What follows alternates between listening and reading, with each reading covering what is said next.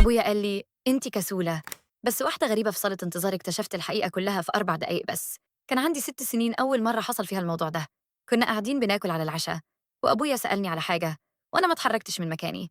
بعدها خبط بإيده على الترابيزة وقال بعصبية: أنتِ طرشة، بقول لك هاتي العصير. اديت له العصير من غير ولا كلمة. أنا فعلا ما كنتش سمعته خالص. ومن يومها وده بقى النظام، يندوا عليا من الأوضة التانية ما أردش، يجي لي الأوضة متعصب ويقول: أنتِ سمعتيني؟ أنتِ بس كسولة ومش عايزة تردي. أعيط وأقول له: والله ما سمعتك. يقوم واخد مني أي حاجة بحبها، كتاب، خروجة آخر الأسبوع، أو اللابتوب بتاعي. أمي عمرها ما دافعت عني، كانت تجيلي بعد ما يمشي وتقول: حاولي تركزي أكتر يا حبيبتي، أنت عارفة هو بيتعصب إزاي. على ثانية ابتدائي المعلمة طلبت تقابل أهلي. أنا قعدت برة الأوضة وسمعتهم بيتكلموا عني حاجات زي: هي مش بترد لما بننده عليها وبتحسها سرحانة في عالم تاني خالص. صوت أبويا جالي من جوه: إحنا بنعاني من نفس المشكلة في البيت وبنحاول نربيها، بس هو عمره ما جاب سيرة إنه يكشف عليا أو يعمل لي فحوصات. وفي الطريق وإحنا راجعين البيت قال لي إن المعلمة مقتنعة إني مش بحاول ومش بركز، وأنا صدقته. على مرحلة الإعدادية بدأت أتهجى وأقرأ كلام الناس من شفايفهم من غير ما أخد بالي. ألقط نص الكلام اللي المدرس بيقوله وأركب الباقي بمزاجي. أجاوب غلط وأشوف نظرات زمايلي البعض. قعدت أقول لنفسي: أنا غبية ومش شاطرة في المدرسة. وما بقيتش أرفع إيدي ولا أطلب مساعدة من حد. على سفرة العيلة كنت بفهم غلط طول الوقت، أرد على أسئلة ما حدش سألها لي أصلا. جدتي مرة بصت لي وقالت: هي البت دي مخها مش معاها ولا إيه؟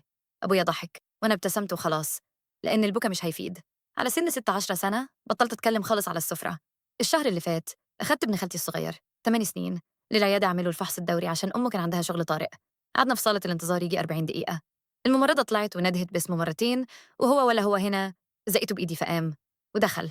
بعد ما خلص الدكتورة، ست هادية كده، بصت لي شوية وقالت لي: هو على طول مش بيرد لما حد بيندو عليه؟ قلت لها: أصل بيكبر دماغه وبيسرح كتير. بصت لي وقالت: طب وانتي بتطلبي من الناس يعيدوا كلامهم وبعدين تزهقي وتقولي أي إجابة وخلاص؟ قلت لها: أيوة، وأنا معرفش هي عرفت إزاي. كان عندها جهاز اختبار سمع بسيط في العيادة وتطلب مني أرفع إيدي لما أسمع الصوت. الموضوع كله أخد 3 دقايق. لما شالت السماعة من على ودني قالت لي: عندك ضعف سمع مزدوج وشديد في الودنين، والشكل ده بيقول إنه وراثي وكان معاكي من وانتي صغيرة.